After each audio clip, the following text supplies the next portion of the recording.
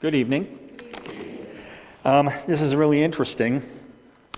I thought I was doing okay, and I thought everything was acting normal.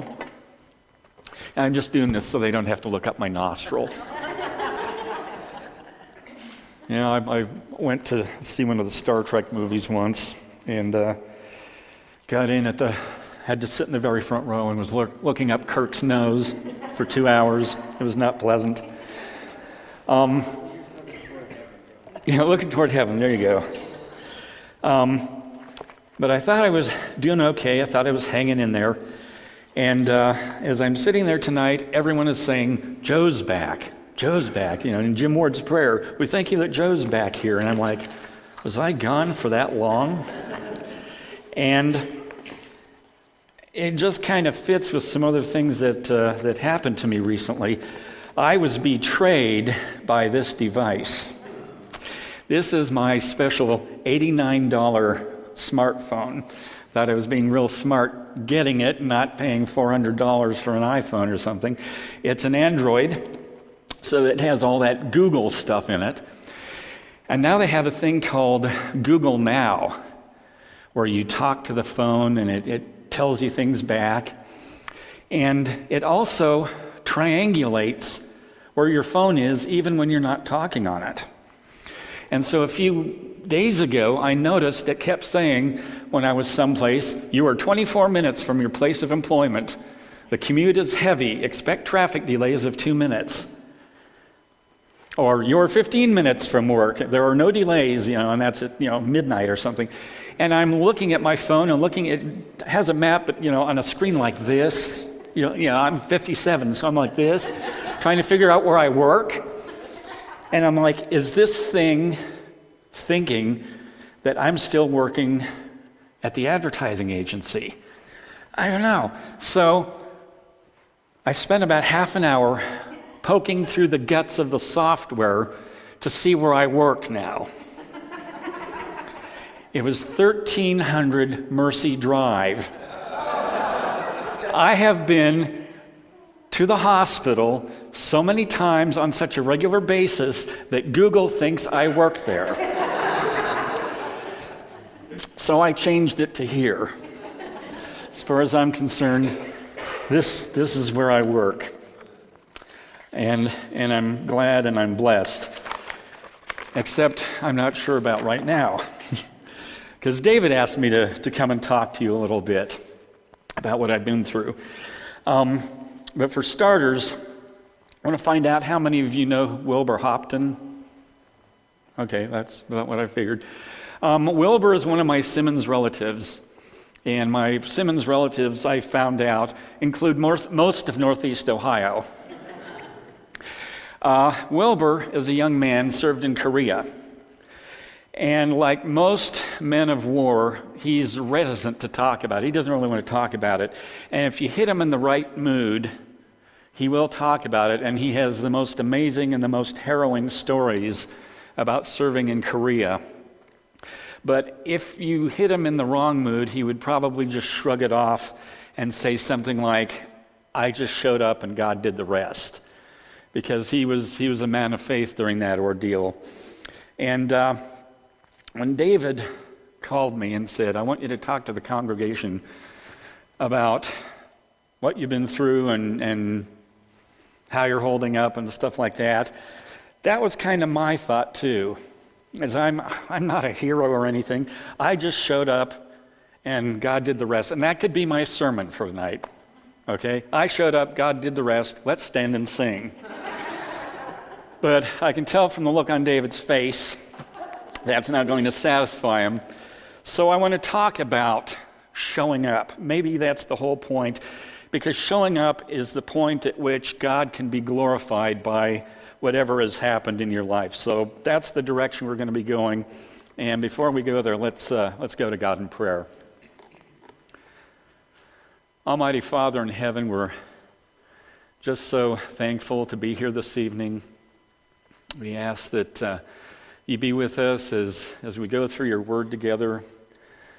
Father, I pray that you be with me as I deliver the lesson here this evening.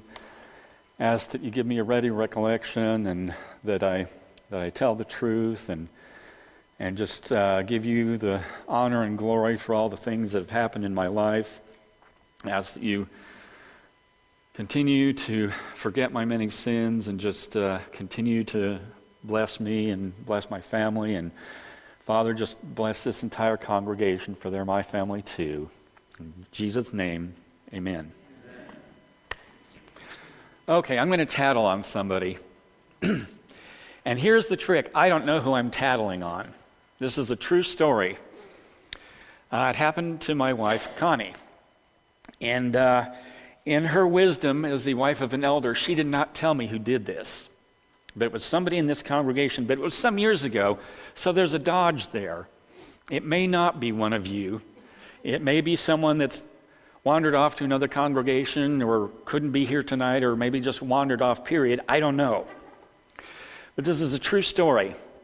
Somebody in this congregation was having a tough time, and there are a lot of people in this congregation that do have a tough time, and so Connie, being a good elder's wife, decided, well, I'm going to go talk to this person and just offer encouragement. And knowing Connie, she was probably going to offer to take him a meal or something and just, be of good cheer to this person and try and pick up their spirits. So Connie started talking to this person, and they were real standoffish about it. And they told my wife, what do you know? Nothing ever happens to you. You guys have a perfect life. And Connie came and told that to me, and I'm like, wow, that's news. Now, this is a few years ago. This is before October of this year. This has been a few years ago. But that still means they missed things like the money troubles we had, because I didn't learn until I was 50 how to handle money. It doesn't include illnesses that we went through, that I went through, that Connie went through, the death of loved ones. And there were moments when our marriage nearly went off the rails. Not once, not twice, but 3 times. Our marriage was almost a train wreck. And they didn't know about any of that. And this is before 2007. 2007 is when my life got really interesting, because that's when my daughter came to us one day and batted her eyes and said, Mom and Dad, I want to go to Russia on a Rotary Exchange program. And that's when God put his hands on both sides of my apple cart and went, whoom. And I imagine, since he has a sense of humor, he probably said, how do you like them apples? Okay, it's bad, but I got to take them when I can get them, okay? So I'm not complaining about what this person said, because that's what happened to us in that moment.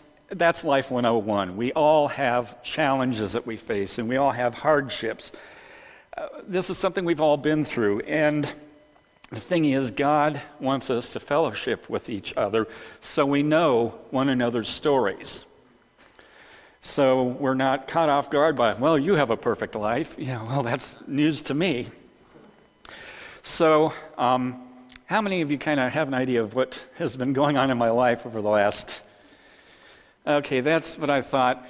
I realize that the information has been trickled out to you in bits and pieces, and I don't know how much of the story you have.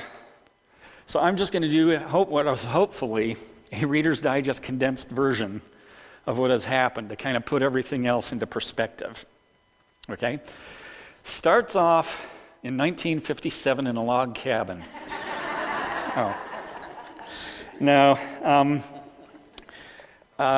We go back a couple of years, maybe 3, 4, 5 years ago. My wife developed an ulcer. And the doctor gave her this new thing that they had at the time called the purple pill. And took care of it, bang. And it was gone. And we didn't think any more of it. Then about 20 months ago, the ulcer came back.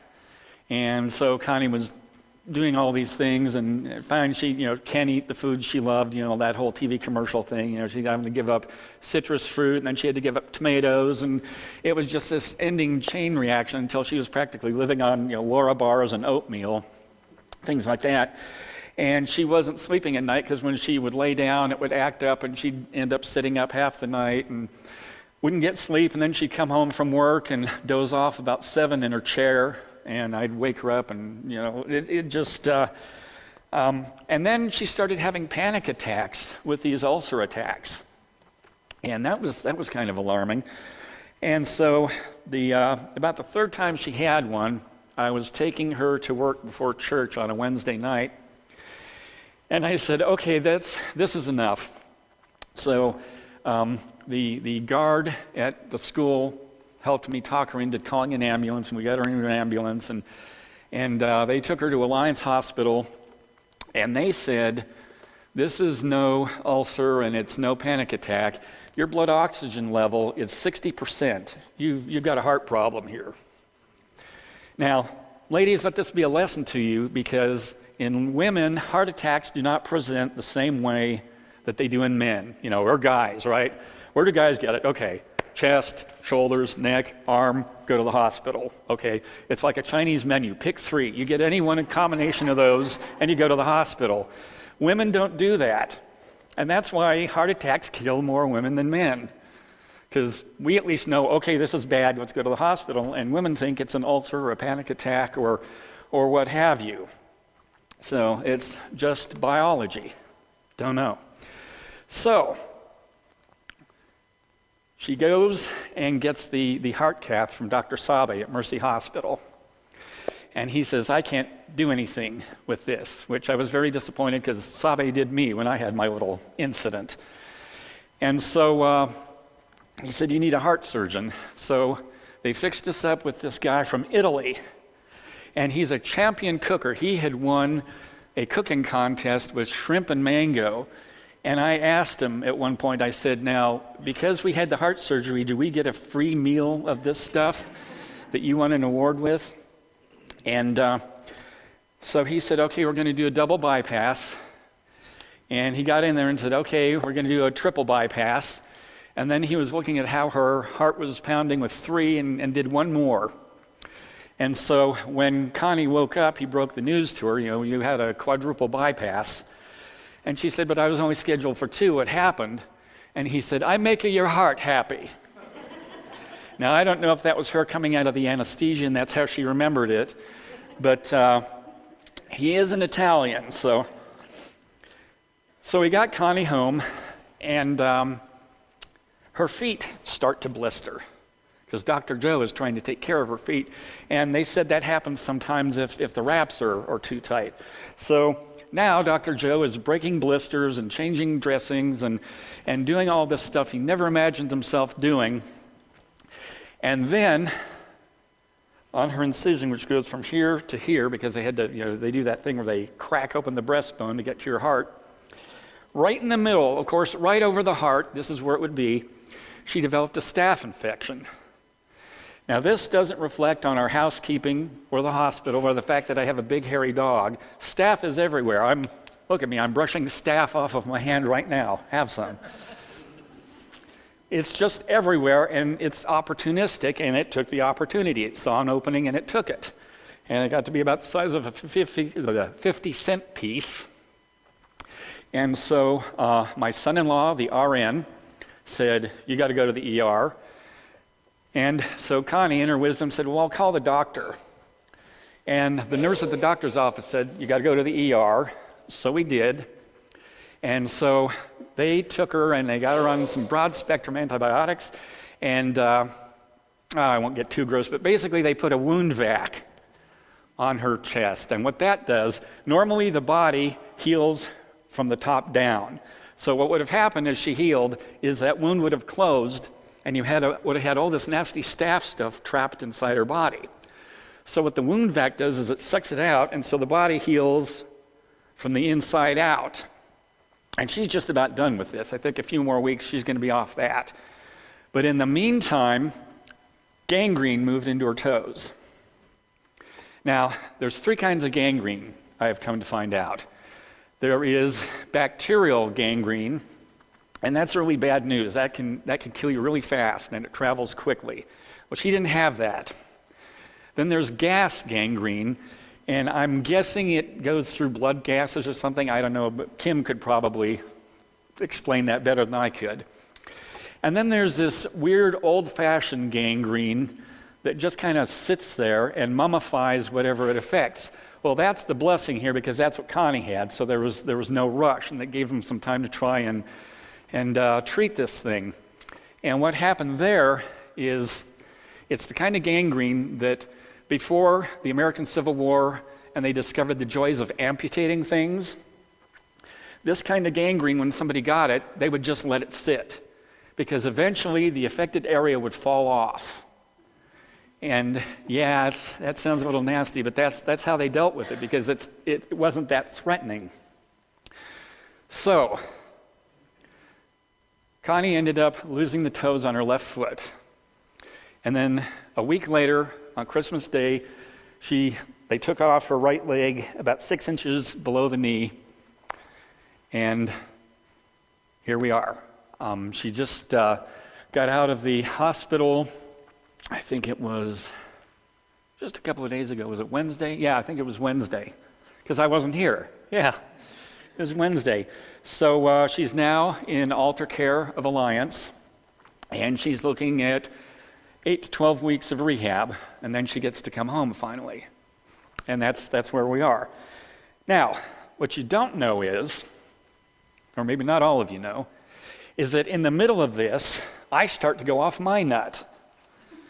I had a couple of little blunders here. If you know me for long, you know I'm a klutz. And I was taking something in Henry and Mariana's, and I just tripped over my own feet and fell. And when I did, I lost my big toenail on this foot, and I messed up my Achilles tendon in this foot. So that's why I've been hobbling around, and I've got a brace on it. And that's no problem. It's an inconvenience. Then our dog develops separation anxiety and figures out how to get out of her kennel so she can go sleep on my bed. And of course, she's still shedding because she's a Great Pyrenees and they shed twice a year. So big clumps of white hair. And the really great part is I started to go cuckoo. Okay? There is an emotion that's not talked about very much. It's called elevation. And some people have it and some people don't. Elevation is what happens when you see something that is of great beauty, or it's very noble, or it's patriotic, or it's pure, or it's good, and it moves you to tears. If you've ever been moved to tears by the national anthem in front of a sporting event, that was elevation. I have elevation in spades, okay? I cry at everything. My mom used to tell the story of how there was a Doublemint gum commercial back in the early 60s, and it had this happy little jingle, and it would come on, and I would cry every time it came on. And she said, "Well, Joe, why are you crying?" "It's such a sad song." Yeah, I cry at everything. I hate going to Disney movies because I cry at the end of Disney movies. And you go to a Pixar movie, and it's even worse because, like Up, I cried in the first 10 minutes and the last 10 minutes. It was horrible. But in our society, that's not really looked at as a manly thing to do. You know, guys are allowed to cry in certain circumstances. Okay, we can cry at the birth of a child. Okay, that's good. We can cry at the end of Old Yeller. We can cry at the end of Field of Dreams. And we can pick 3 moments in the TV series Band of Brothers that we can cry at. Okay? And now there's a new one that I didn't know about until my nephew Anthony Ray got married. You can cry at the sight of your bride when you see her on your wedding day as she first appears coming down the aisle. And so we're at Anthony's wedding in Florida, and we're watching Anthony because I like to watch the groom's face when he sees his bride, because he can always turn around and see the bride anytime. But I like that moment. And the waterworks come on, and Anthony's just got tears streaming down his face, and I'm like, what's going on? Is the father-in-law back there with a shotgun or something? And then I started seeing it at more weddings, all these millennials, and I'm like, okay, this is something new here. Guys are allowed to cry on their wedding day. So, normally I cry at everything, but there are some things you're not supposed to cry at. I was going through Giant Eagle doing some shopping, Giant Eagle in Hartville, and I got to the produce aisle, and I'm pushing the cart, and I look over, and there's a display of bell peppers. And they're red and orange and yellow and a line of green, and that mist is trickling down on them, and the lighting is just right.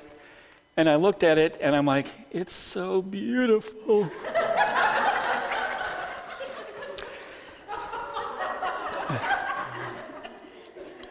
Yeah. Yeah, you don't normally cry at produce, okay?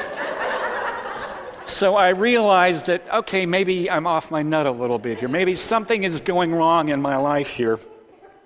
I tend to have a seasonal, that's SAD, the seasonal affliction disorder, whatever it is. And a few years ago, my wife noticed I got gloomy every winter. And for years, without knowing why, I've always called February the darkest month because I just hated February. I hated it. And so she started feeding me dark chocolate. Like I need an excuse to be eating chocolate. So all winter long, I would eat these Hershey almond dark chocolate things. And then last year, I decided to try St. John's wort because it triggers the same serotonin that chocolate does without the calories. And that worked great. This year I started St. John's wort, and it wasn't enough. I went to a movie. I went to a guy movie, okay? Brad Pitt was in this movie. It's called Fury, and it's about Brad Pitt driving around in a tank in World War II, blowing things up. You know, this movie was made for me, the World War II buff, okay? And this movie is like Saving Private Ryan with tanks, which means as they introduce the characters, you go, that one dies, that one dies, that one dies, that one lives. And that's pretty much the way it pans out in this movie. So I'm at this movie, and there are a bunch of guys in the theater too. And they're showing previews, and they show a preview for one of my 3 favorite Christmas movies, White Christmas. And what they are doing is they are showing White Christmas. They're going to be showing it on the big screen at this theater over Christmas. And it has been digitally remastered and restored, and they're showing it on a digital screen. And White Christmas is a gorgeous looking movie anyway. So they're showing this preview, and the colors are so vivid, and there's Bing Crosby, and there's Danny Kaye, and Rosemary Clooney, and I'm going in a room full of men getting ready to watch Brad Pitt blow things up. It's so beautiful. So I went to the doctor, and I said, I'm crying at everything. And he gave me happy pills. So I'm happy. All of that is what has happened in the last few months, and we're still about, like I said, 8 to 12 more weeks of Connie doing rehab. I'm sane now, okay? I'm not going to start sobbing, although I was going to tell you about one movie that really makes me cry, but when I was practicing it, I couldn't get through it. I was like, and then the horse. But while I'm going through all this, one thing you should do is stay in the Word. And I didn't open my Bible, I will admit, as much as I should have, but there were a lot of verses that were on my mind at various points when I'm going through all of this tangle of things with the dog and the phone and my wife. I thought about Philippians 4:13. I can do all things through Christ who strengthens me. I thought a lot about the 46th Psalm, which I would have read to you if I hadn't been sick this morning because I was on to do Elders Welcome. I thought, this will be the preamble. And that's the one, God is our strength and our shield. Be still and know that I am God. Thought a lot about that. Thought about 2 Corinthians 2:19. My grace is sufficient for thee. My power is made great and made perfect in weakness. Thought about the book of Job a lot. And that's because about a quarter of the book of Job is why me. And that was a comfort. Thought a lot about Elijah. Elijah is one of my favorite stories in the Old Testament. It's great, that God tells him, okay, you're going to stop the rain, but I'm going to make sure you're fed. So he stops the rain, and ravens feed him for a year or 3 years or whatever it is. And then he goes and he has this fabulous thing at Mount Carmel where he shows up, the prophets of Baal, and then they chop their heads off. And then he's so excited, the Spirit of God comes on him, and he outruns Ahab's chariot back to town. And what does he do after this great victory? He goes to Disneyland. No, he goes and hides in a cave because he's depressed. He thinks he's the only one left. So God does this great thing. He says, go out of your cave and watch.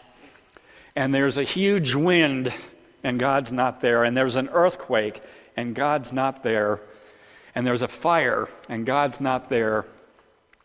And then there's this little voice, and it's, you're not alone. We've saved hundreds, we've saved thousands of people of God, and you are not alone. And I really thought of that with you folks, because with you, I was not alone. You people were my ravens because you fed me. I had great meals. You saved me from bachelor cooking. I have been living for weeks off of the Howells chili and the Polly's chicken soup, and Wilda made me apple bread and soup, and so many of you others gave me food, and some of you did things for me that were just so generous that it really touched my heart.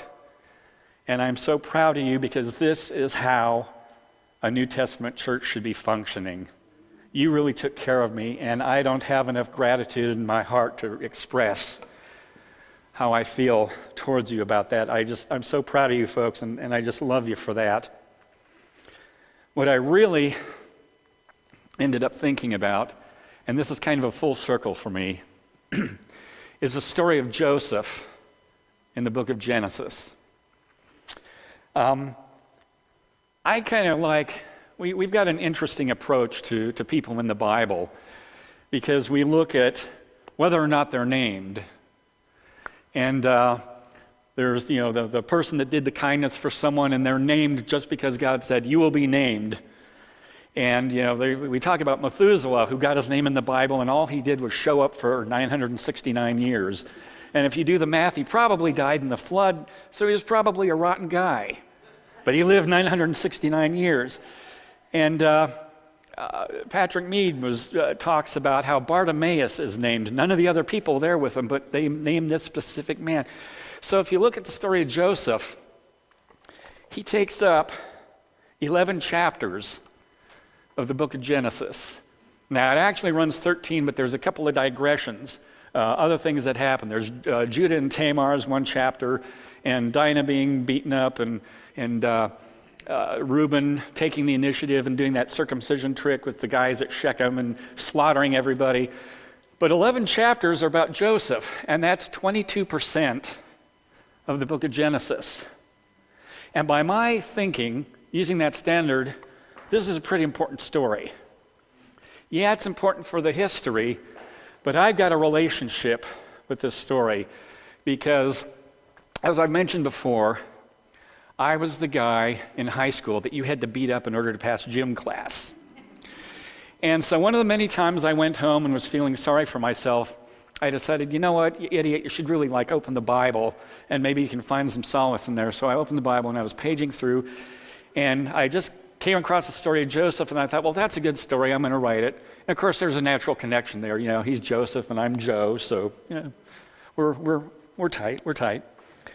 And so I started reading this story, and of course, y'all know the story. He's the son of Jacob, who's going to be renamed. Who's been renamed Israel.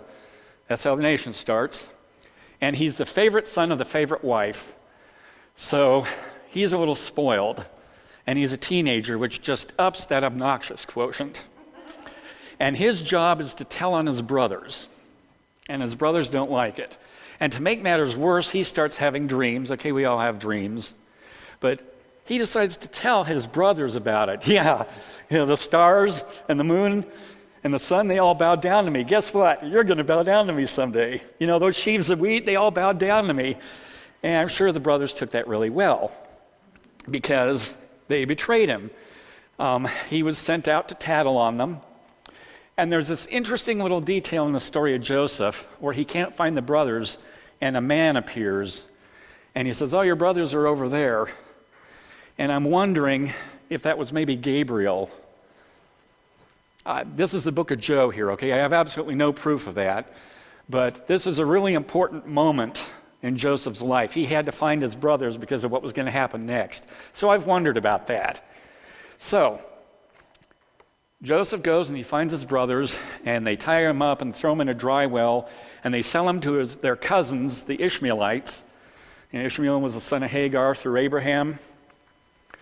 And they drag him into Egypt, and he gets thrown into the slave market. Potiphar buys him, turns the household over to him when he sees what a good worker is. He does fantastic until Potiphar's wife decides that Joseph is a hunk of burning love. Joseph runs away, and with Potiphar's wife having the complete lack of character that she does, she frames him, blames everything on him. He ends up in prison, where he prospers again, and everything he does turns to gold. And that's where I quit reading when I was in high school, because I got out of it what I needed at that moment, which was no matter where he was, God took care of him. And I grew up wanting to be the Joseph of my time. I wanted every place I worked at to prosper because I was there. And God, having a sense of humor, made me the anti-Joseph. Every place I worked had the worst year in their history when I was there. I worked at a place, they told me I was going to have to bring my own pencils and pens to work because I was there. So this time, I kept reading. And I started realizing something. And this is the brilliant thing about the Bible, is you can look at a story 100 times and all of a sudden you look at it for the 501st time and you see it in a whole new light. Because I started to realize something as Joseph is in prison and he's in Potiphar's house. He was a spoiled, rich kid from Canaan. What does he know about the Egyptians? Does he even speak the language? You know, the old thing, what do you call a person who speaks 3 languages? They're trilingual. What do you call a person who speaks 2 languages? They're bilingual. What do you call a person who speaks 1 language? American.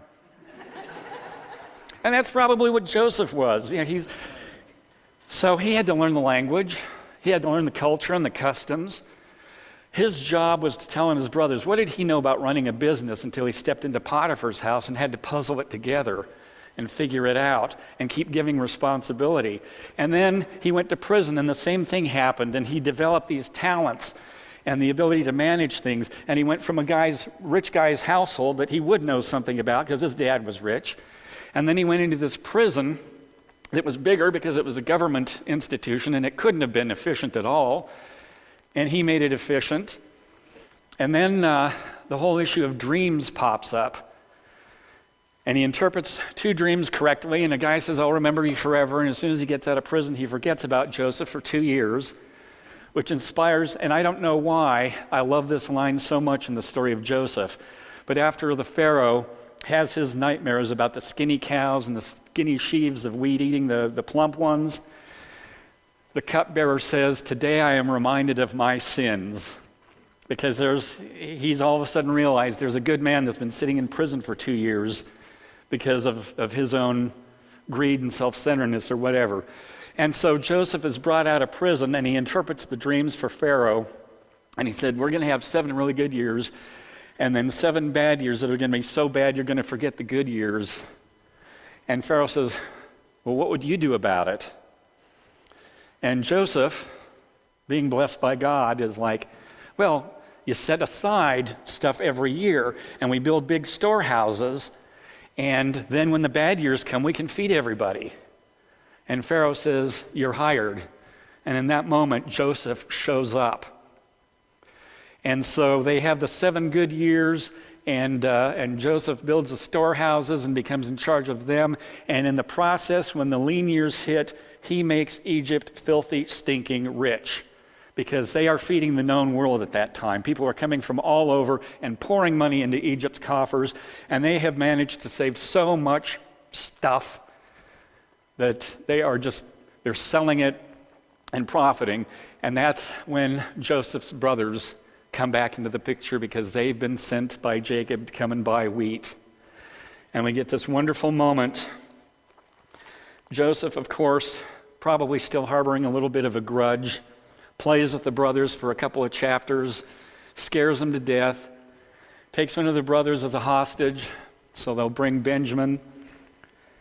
And you get this moment in Genesis 45 where he can't take it anymore.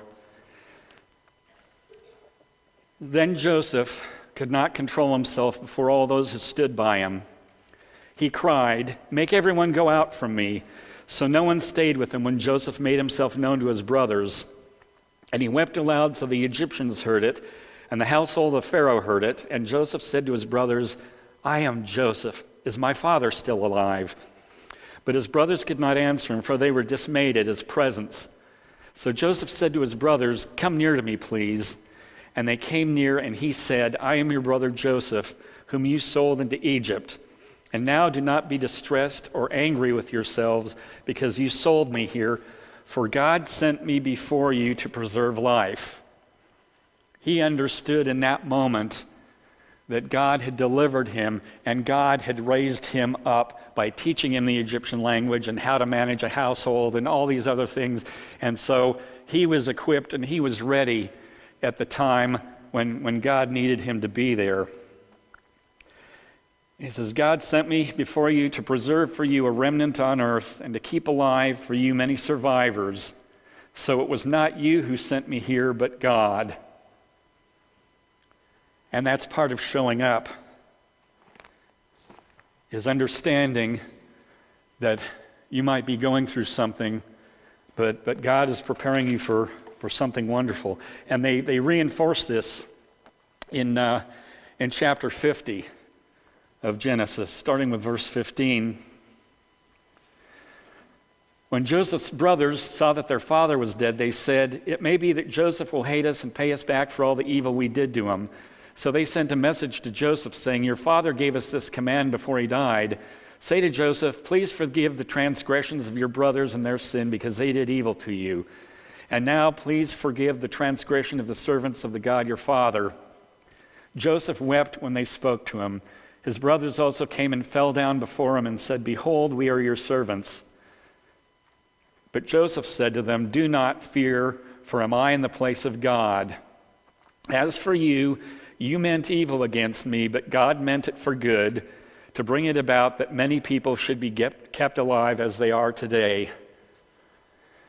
So when things happen to us, it's not our doing, it's not somebody else's doing, it's not God's doing.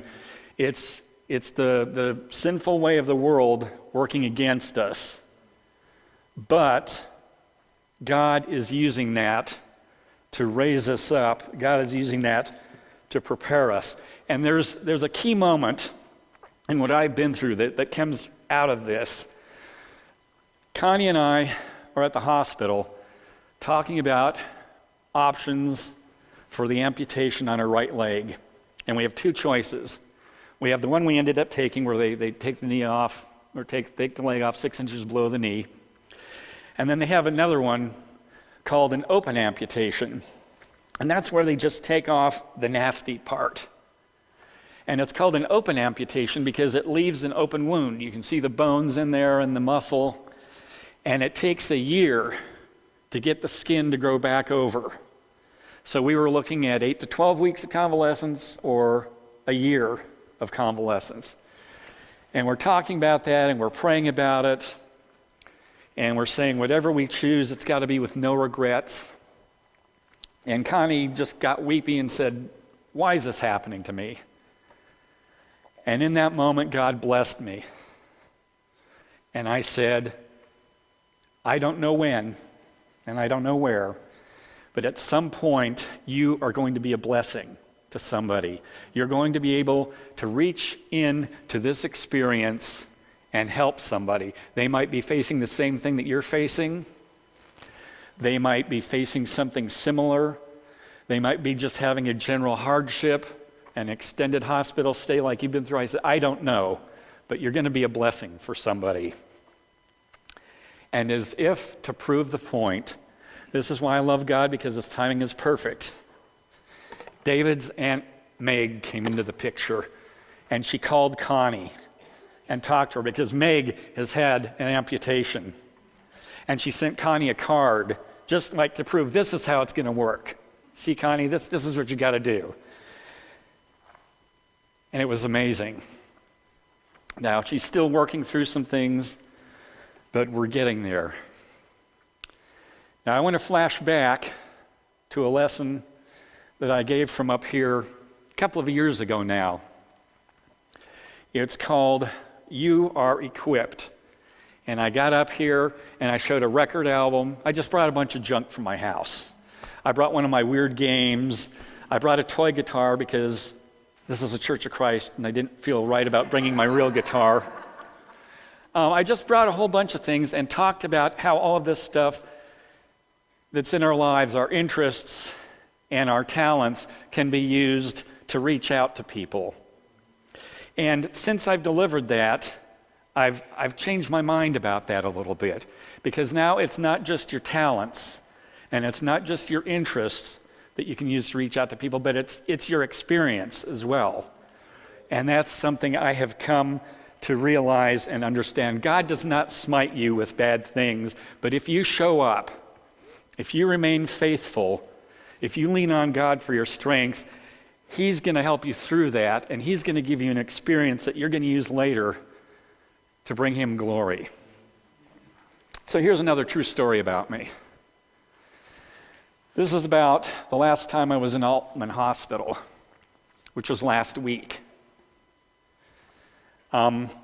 David, who seems to be the instigator of many things in my life, called me up and said, "Hey, Uncle Joe." And I was instantly, those little hairs that raise up on the back here. He says, "I want to impose on you if I can." A friend of Matt Lowe's from West Virginia, her father was having heart surgery at Altman, and Matt couldn't make it, so he called David to go. And David was preachifying down at Ohio Valley University, and he couldn't make it. So he said, "Joe, do you want to go and shepherd to these people?" Now, David, if you had called me and I had been a teenager or a college student or even a young married, I would have gone, "What? Are you nuts?" But I showed up. And I walked into a hospital looking for, I had no idea who these people were. It turns out there were 14 of them. Okay? But it was great. It really was great because it was nice to see that whole family there together doing these things. And God had prepared me. First of all, he made me sit in an advertising agency that I didn't like for 15 years, where I spent a lot of time writing about what a great hospital Mercy was. And I knew all about their cardiac program and all their doctors, which is why we went to Mercy when my wife got sick. But they were in Altman. But I also knew that in order to keep up with Mercy, Altman had really ramped up their cardiac program. And so Canton, Ohio, little fly speck, Canton, Ohio, is one of the best places in the country to come and have heart work done. And it was my blessing to be able to tell these people that. And then when I found out the guy was having a double bypass and a couple of heart valves, it was my blessing to be able to say, my wife went through the same thing about 2 months ago. And I was able to talk to these people and connect, and we all held hands and prayed. And it was an Esther moment for me. It's like, who knows that you have not come into the kingdom for such a moment as this? And it was fantastic. Now, according to our reading of Esther, she only had one job. But our lives are different. And I think we have jobs to do that are popping up all over. My job is to stand here and tell you all this tonight. So, unlike Esther, who knows what my job's going to be tomorrow?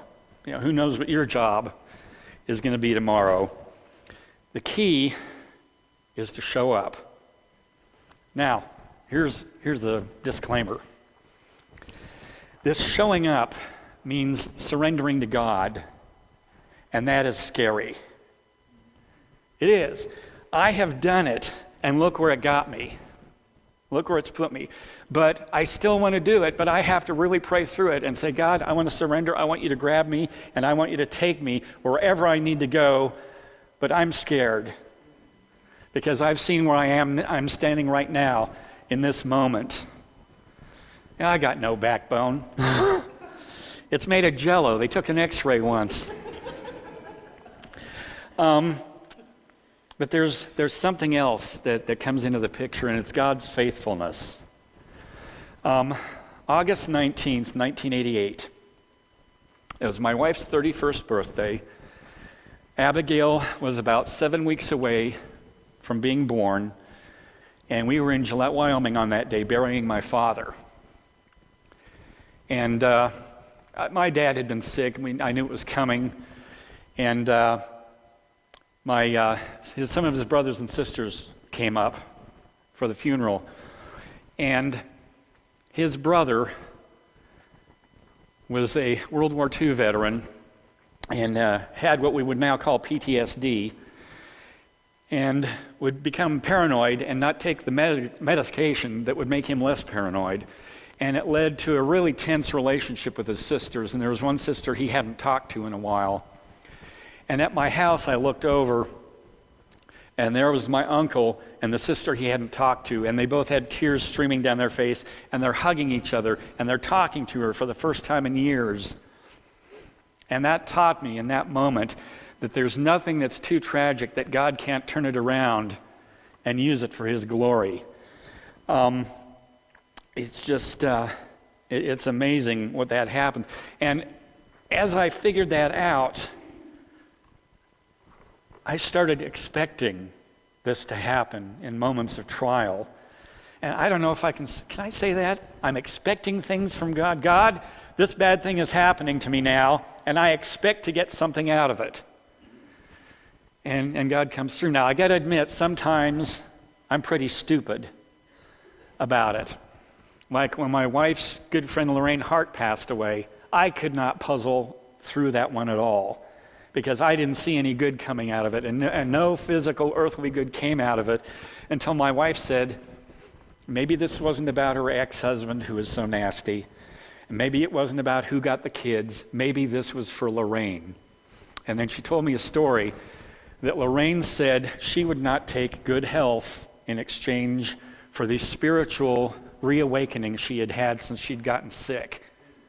So maybe in that moment it was all about her. It was all about Lorraine. So in moments of tragedy, we expect these things, and Connie is going through all of this, and I'm saying, God, what am I supposed to? What is my take-home lesson from this moment? And in this last round, it was really interesting because in November, I had a complete break. I had this disconnect with money. I feel like money doesn't have a hold on me anymore. And this is really strange because before all this happened to Connie, we were hanging in there. I mean, we had some tense moments, but we were getting through. I've got some things that are proof of God's sense of humor that we're able to make the bills and everything.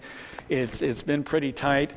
And then in the space of Connie putting on a mask and passing out and waking up with new heart plumbing, we were enormously in debt. And the sun still came up in the morning. The birds still sing. The rain still falls. And what's really amazing about this is the other me prior to about 2007 would have stayed up all night worrying about how we were going to do this. There was the old me that would have stopped in the middle of the day and gotten the shakes because how am I going to deal with this? And I can't. There is no way. I'm going to be paying $20 a month to Mercy for the rest of my natural life, and I don't care. God's got it. It's amazing. You know, in Ecclesiastes, meaningless, said the teacher. Everything is meaningless. I get it. In Job, where he says, naked I came from my mother's womb, and naked I will return. The Lord is given and the Lord is taken away. Blessed be the name of the Lord. I get it. It's fantastic. And I don't know. Now, considering what I've had to go through to get to this moment, you might be saying, well, Joe, that was kind of a high price to pay. I mean, look what happened to Connie. Would you still put Connie through what she's been through so you could have all this cool stuff from God? I wrote about that a little bit in my bulletin article a couple of weeks ago, and I've had a chance to think about that even more. At the time I said, I probably never have to answer that question, so don't think of asking. But I've come to the conclusion that I cannot answer that as a human being. But God has got the answer for that. And in typical way, you know how the Pharisees would come up and they would ask Christ a question and try to trap him, and instead of falling into the trap, what would happen is Christ would ask a question. He'd answer the question with a question, or he'd turn it around, or he would change the subject, but it wasn't really a subject change. He was just bringing something up that was even more relevant, that just turned the trap right around and sprung it on the Pharisees or the Sadducees or whoever was trying to snag him at the moment. And this is one of those things because it doesn't answer the question directly, but it's the answer. And it's found in James, the first chapter, starting with verse 2. Count it all joy, my brothers, when you meet trials of various kinds, for you know that the testing of your faith produces steadfastness. And let steadfastness have its full effect, that you might be perfect and complete, lacking in nothing. If any of you lacks wisdom, let him ask God, who gives generously without reproach, and it will be given him. That's what God is doing in my life. And when you have a trial and you show up and you show your faithfulness and you lean on God for your strength, that's what's going to happen. You notice in here it doesn't say a book's going to come from Amazon and that's going to be your wisdom. You got to earn that somehow. And when you go through trials like this, that's where that comes. That's where that wisdom comes and that grace and that peace. And I like this. I was worried about me going, okay, God, I've come to expect this thing from you.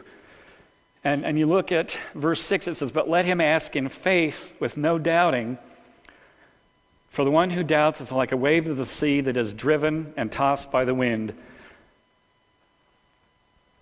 So it's okay to expect things of God. It's okay to ask like that. You don't want to be the guy who says, well, God, if you want to give this to me, it'll be okay, but I don't know. You're tossed by the wind. Where's your strength in that? For a person must not suppose that he will receive anything from the Lord. He is a double-minded man, unstable in all his ways. Let the lowly brother boast in his exaltation, and the rich in his humiliation, because like a flower of the grass he will pass away. For the sun rises with its scorching heat and withers the grass. Its flower falls and its beauty perishes. So also will the rich man fade away in the midst of his pursuits. Blessed is the man who remains steadfast under trial, for when he has stood the test, he will receive the crown of life, which God has promised to those who love him. Let no one say when he is tempted, I am being tempted by God, for God cannot be tempted with evil, and he himself tempts no one. But each person is tempted when he is lured and enticed by his own desire. Then desire, when it is conceived, gives birth to sin, and sin, when it is fully grown, brings forth death. So, when we're undergoing these trials, it's not God tempting us. It's Life 101 intervening and trying to get in the way. It's just the way of things. And it's our dependence on God that gives us that experience and knowledge and wisdom and grace that we can go on to bring him honor and glory later. Do not be deceived, my beloved brothers. Every good gift and every perfect gift is from above, coming down from the Father of lights, with whom there is no variation or shadow due to change. Of his own will he brought us forth by word of the truth, that we should be a kind of first fruits of his creatures. At the time this was written, trials were a little bit different. Christians were being nailed to trees. They were being used as lion food. They were being wrapped up and used at torches and garden parties. Nowadays, our lot is a little bit different. We have the unemployed person with no health insurance and huge medical bills. We've got the guy with the broken limbs and the damaged lungs. We've got recovering substance abusers who are trying to put their families back together. We've got the guy that lost the genetic lottery and is trying to repair his body. We've all got these different trials, but we count it all joy, because when you come out the other side, you have shown up, you have kept the faith, you have surrendered to God, and you're ready to bring God the glory. And that, I think, is what David wanted me to say tonight. So, show up. You are everything. You are my soul.